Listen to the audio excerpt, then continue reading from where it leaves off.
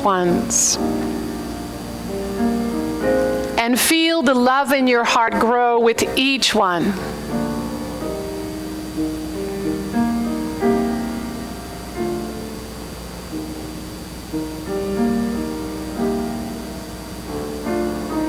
If there are still places where your mind says no or not yet, know that you are the one to fill those places and spaces.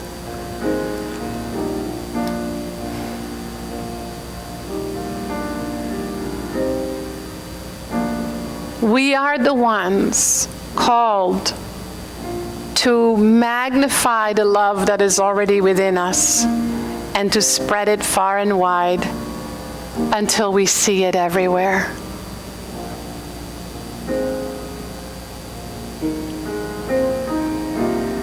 So remember to go to the infinite well of love already within you first, always first.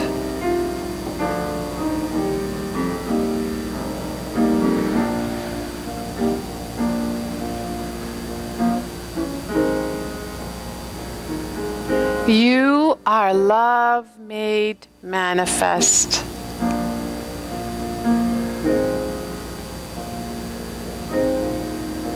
Love is all there is.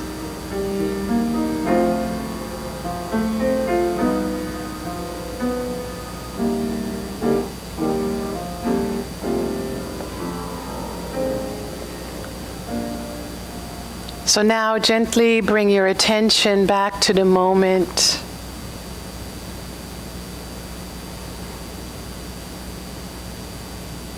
From that beautiful place of love,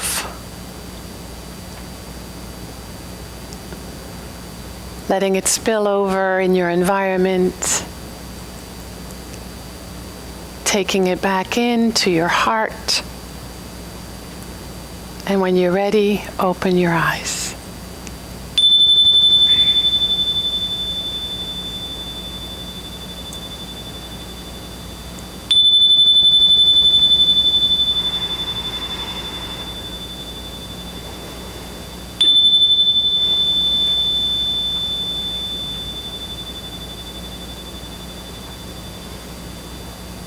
Good morning. Good morning. Welcome home. Thank you. Welcome to Center for Spiritual Living, Morristown. I'm Frankie Timmers. We welcome all of you to this beautiful space that's more than just a space. It's a place that has a message that says, you are an instrument of divine love and divine wisdom. And we support you in discovering that this wisdom, this love is already within you. So I'm glad you found your way here. If it's your first time, you've given yourself a huge gift to get up on a Sunday morning and just show up.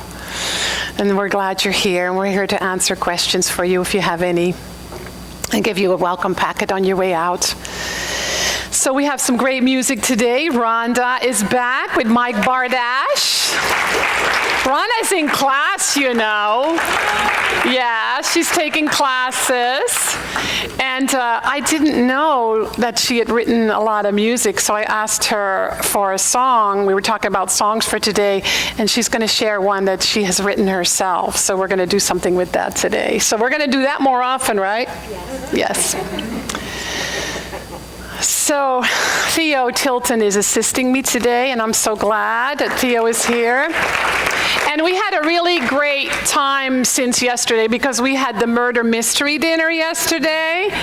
And boy, that was a trip and a half. That was so much fun. It was incredibly confusing. I dreamt about it all night.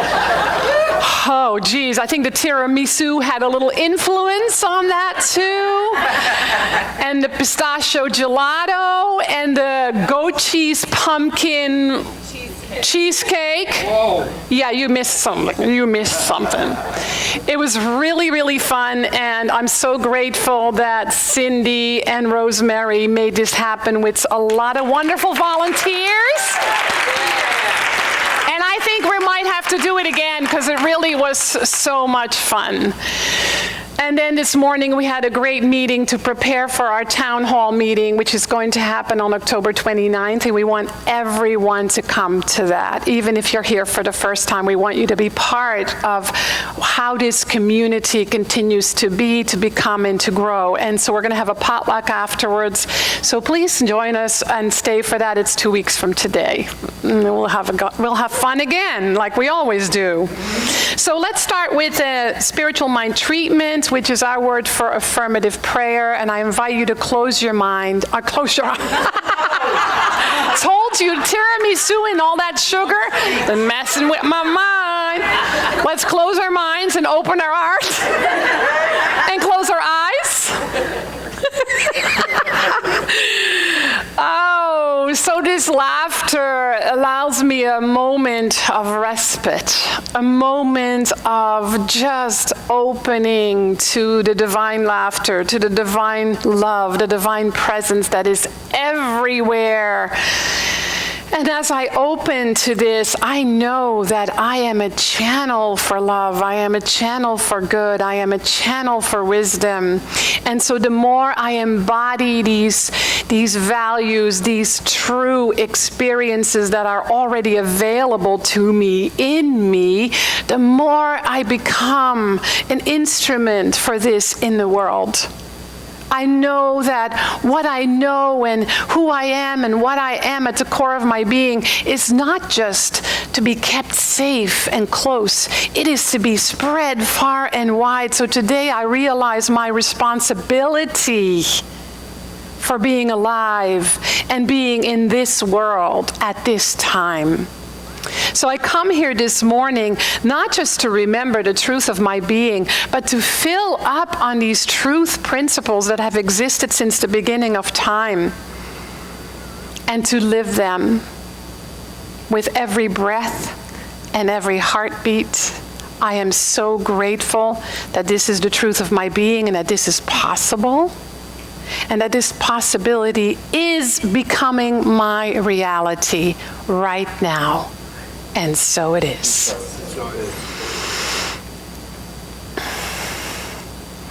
Is our special guest here, Vern?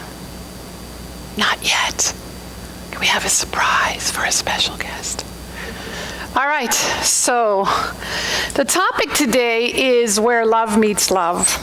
It's actually a topic that's really close to my heart because besides this beautiful Science of Mind teaching, and I haven't found anything that tops it, so it will never be replaced, but I'm also very enamored by Sufism, which is actually pre-Islamic, but it's really the mystical message of what we teach, which is that having that direct experience of God. And if God is a word that you're not familiar with or uncomfortable with, just replace it in your mind with whatever you like to replace it with.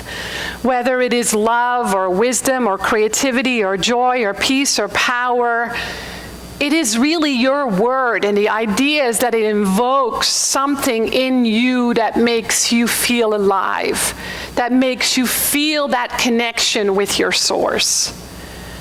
I love the language of Sufi poetry, the language of Jalaluddin Rumi, the 12th century poet, Hafez, the 13th century poet, Rabia, one of the first women Sufi poets, who was a slave.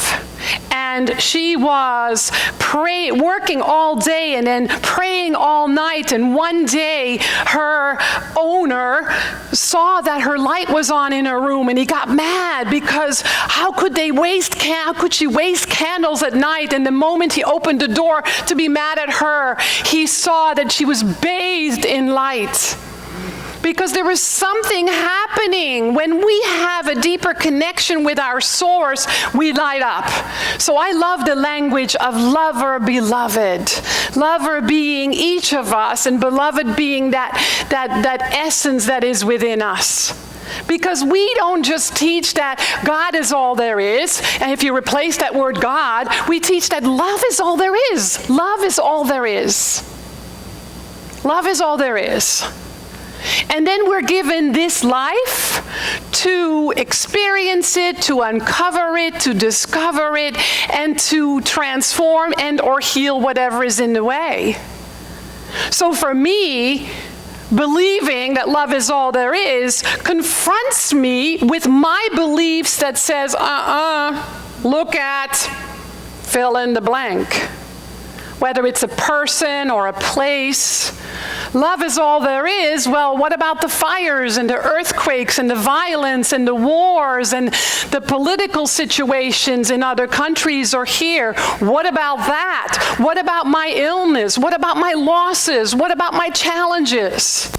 Well, that's exactly why we're alive. We're alive to really see where we don't believe the basic truth principles that have existed since the beginning of time. Because we are here to awaken to our divine reality and then to share that with the world. So life is always returning to me my beliefs. What I believe about love, what I believe about health, what I believe about creativity, about money, about my career.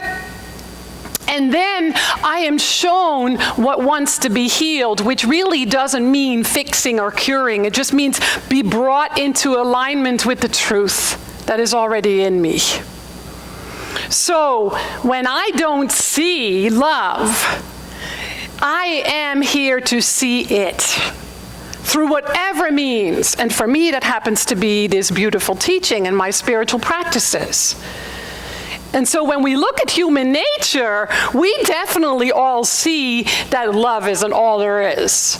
Because we see from a place of duality, there's love, hate, or love, fear. We simply have to look at the world and we see symptoms of that. And so that just tells us that we're disconnected from our true reality, from our spiritual reality, from our beloved. And that creates confusion. I know that when I'm not in this idea, this basic spiritual principle that love is all there is, that I experience confusion. And that I experience fear. And that I experience lack and limitation and loss and conflict. All those things are not there to torment us. They're there to awaken us, to make us see what the truth of our very being is.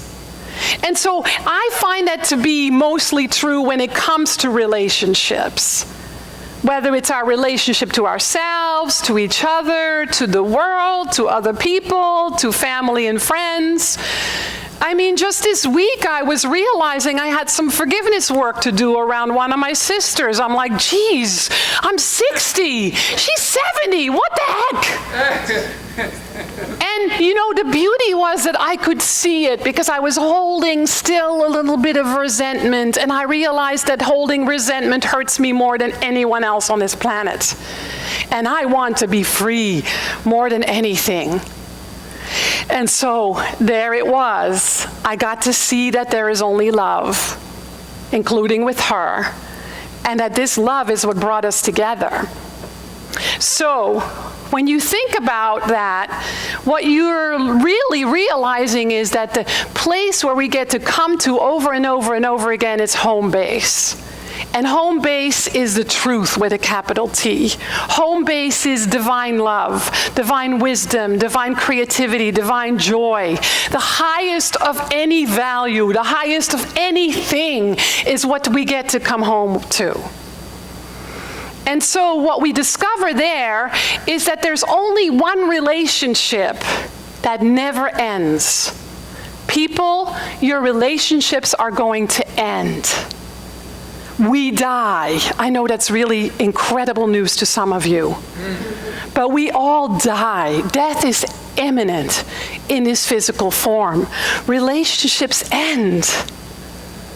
And so what we get to discover at home base is that there's only one relationship that never ends. There's only one relationship that is perfect. There's only one relationship that is completely fulfilling. There's only one relationship that fulfills all your desires and all your intimacy needs and all your longings. There's only one relationship that is fully, completely, utterly unconditional love. That has no hurt in it. And that's your relationship with your essence, with your source, with the beloved, with God. And for some reason, we keep going to everybody else. Please give me some love. Can you give me some love, please? I really want your love. Can you give me some love? And we forget that this ultimate, intimate relationship that we have with God within us is already fulfilling it and saying, hey, you, come over here. I got all that for you and then some. And yet we walk around feeling separate and complaining. The biggest the prayer request I ever get is, I want to be in a relationship. And we forget that what we are experiencing is a reflection of the relationship that we have with ourselves and with God. So when we complain about relationships, I'll speak for myself. When I complain about relationships, when I complain about my Norman or my sisters or my brothers or whoever, I can keep going there forever. And that will be my story. And I'll tell you all about it. And then you can agree with me. I agree. All men, all women, all presidents, all politicians, all neighbors, blah, blah, blah, right? And then we begin to thrive on that. It seems to energize us. And then before we realize we're exhausted and tired and depressed. And we forget that we haven't gone to home base, where there is that sweet, fulfilling, complete, whole, and utterly intimate relationship that we have with Spirit that fulfills all our needs, and it's a relationship that never ends. And so that's our life. To remember that full, complete love is all fulfilling. And that's the love that we are here to share with one another. So when we witness hate in the world, or fear, or a sense of separation, or conflict, it's because the universe is saying, hey, that's not for you to tell the world what to do, but for you to become it, to be the instrument, to make that difference, to go there instead of over there. And so it doesn't matter what's happening in the world. It doesn't matter whether the world's on fire. It doesn't matter whether people are using guns or not. It doesn't matter whether there's poverty. None of that matters. What matters is that we have a clear and deep relationship with the divine and we live from it. Because then we can witness the world on fire or people killing each other, and we can be compassion. We can be the difference instead of the complainer, the contributor. That's why we love spirituality. Spirituality is not for entertainment, people. Spirituality is to be lived. And the more we live it, the more it shows up in the world. And so we get to come alive. We get to come alive and come alive in the truth, come alive in the love, come alive in the wisdom, come alive in the awareness. We don't have to wait until we get it all down perfectly. I know that's hard for us perfectionists, but we don't have to get it all down perfectly. It's just one little step at a time.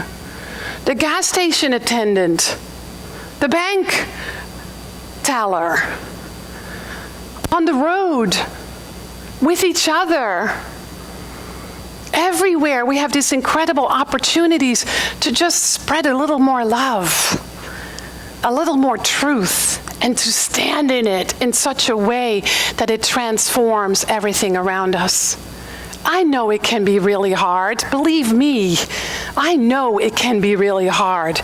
There's a part of me that rather chooses to be small and complain and bitch and moan and groan and feel sad and depressed and worried and be anxious, because that's our human tendency.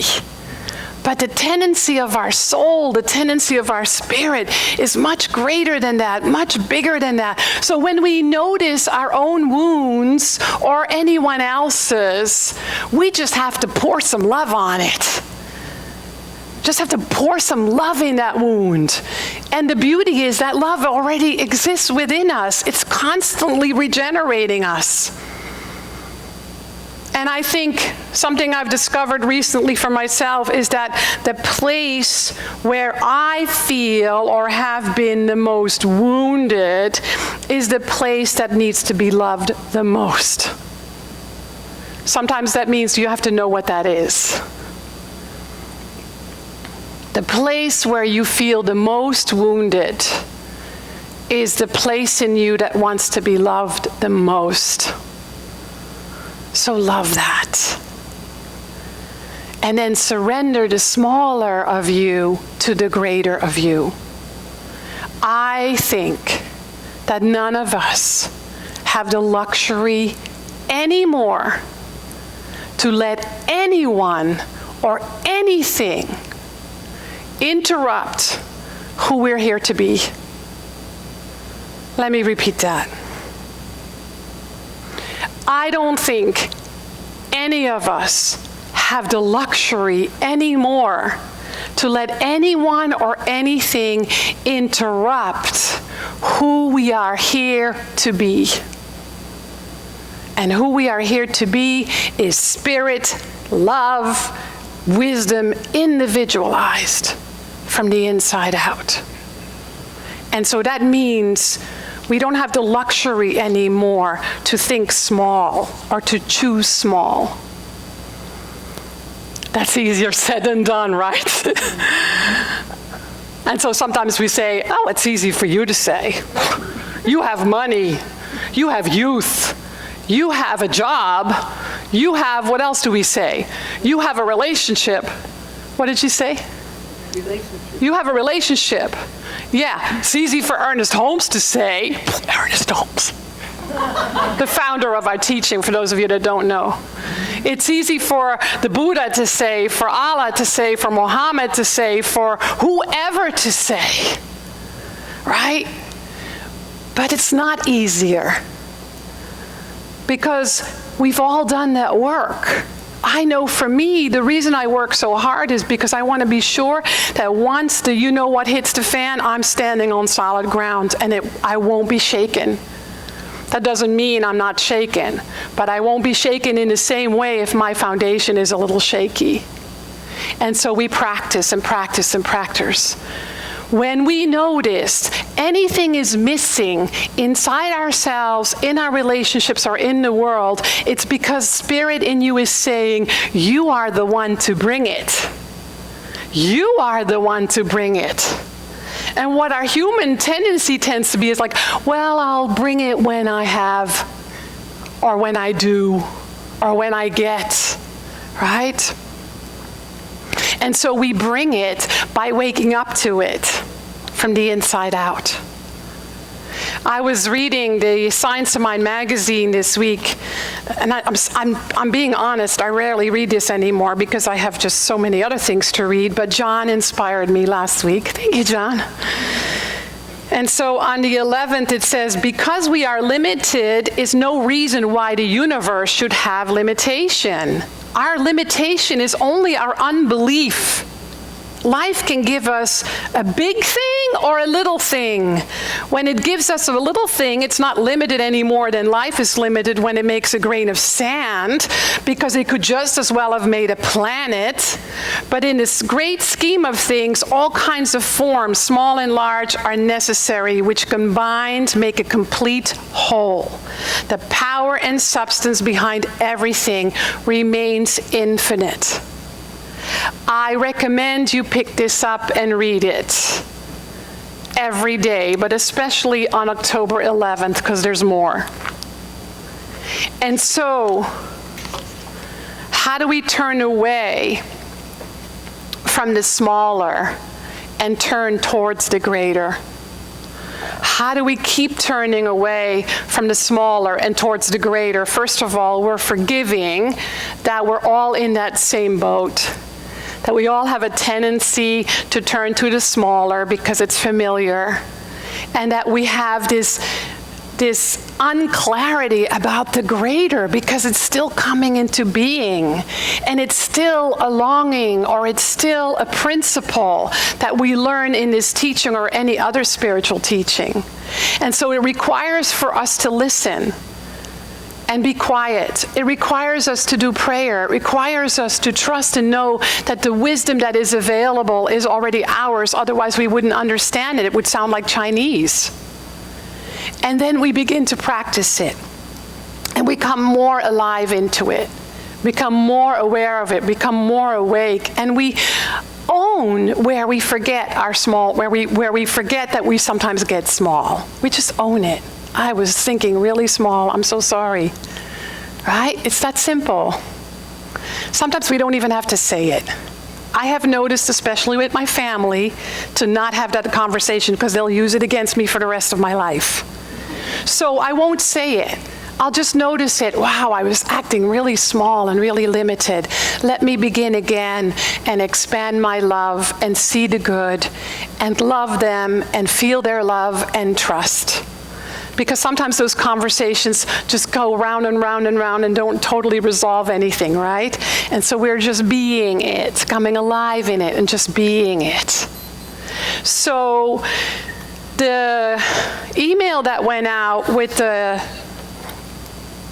topic and the blurb had a little graphic, and it was a poem by Jalaluddin Rumi, the 12th century poet, Persian poet. And I'm very familiar with the first part of it, but I wasn't so familiar with the next part of it. So it goes like this. Most of you have heard the first few lines. Out beyond ideas of wrongdoing and right doing, there's a field. Remember that part? Out beyond ideas of wrongdoing and right doing, there's a field. I'll meet you there. I'll meet you there.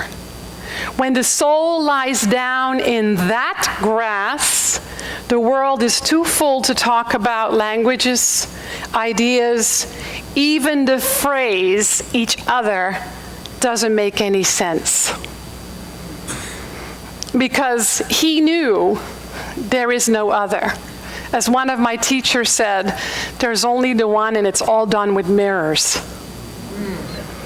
And it's all done with mirrors because it shows us where we stand in our greatness, where and how we have grown in love, and where we yet get to grow in love.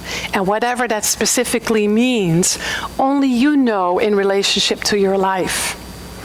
So I want you to hear this song that Rhonda is going to sing, because it's really interesting to me. There was a time in my life where I was really miserable when it came to relationships.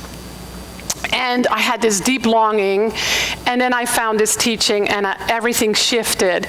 And every love song didn't become a song where I went, ooh, I don't have that, I really want that. Where it became like a song that the universe was singing to me. An opportunity for a deeper healing and a deeper connection with myself. So I want you to hear this song, Destiny, that she wrote, as if it's a love song from Spirit, God, universal love to you.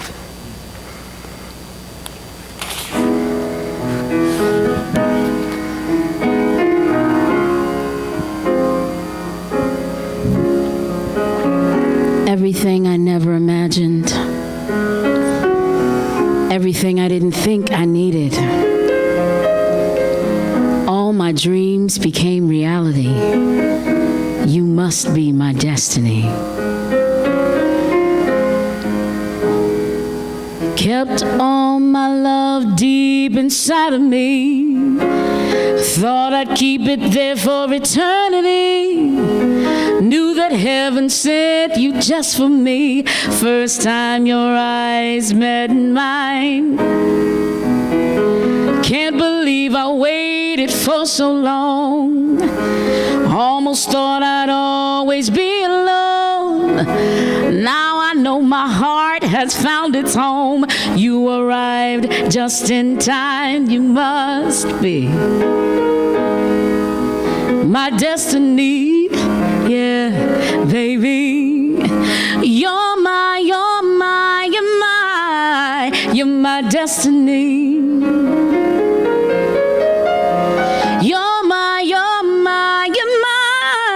You're my destiny. My life will never be the same since the moment that you came from the mountaintops. I heard you proclaim, with your love I can be sure.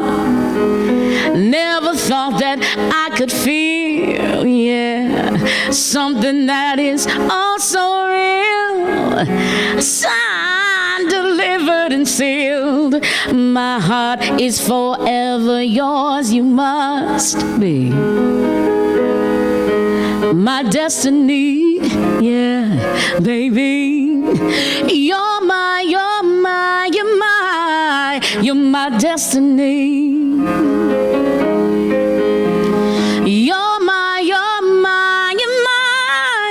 You're my destiny.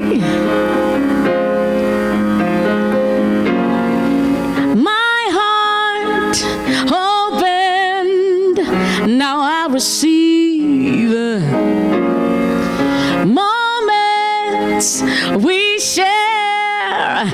I can't believe my dreams are now a reality. Special.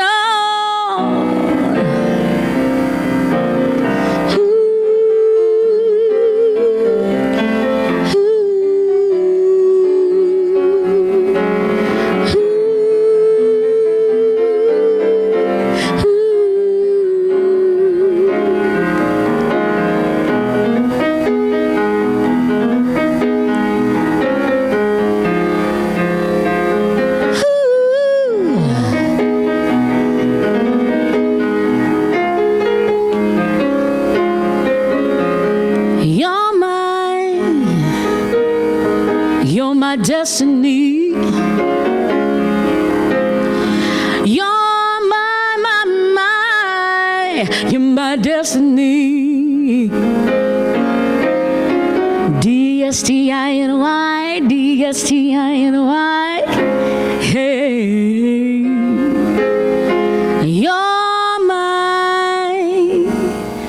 you're my destiny.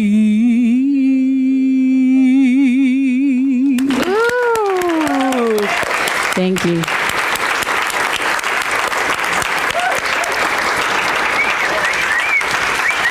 Thanks so much.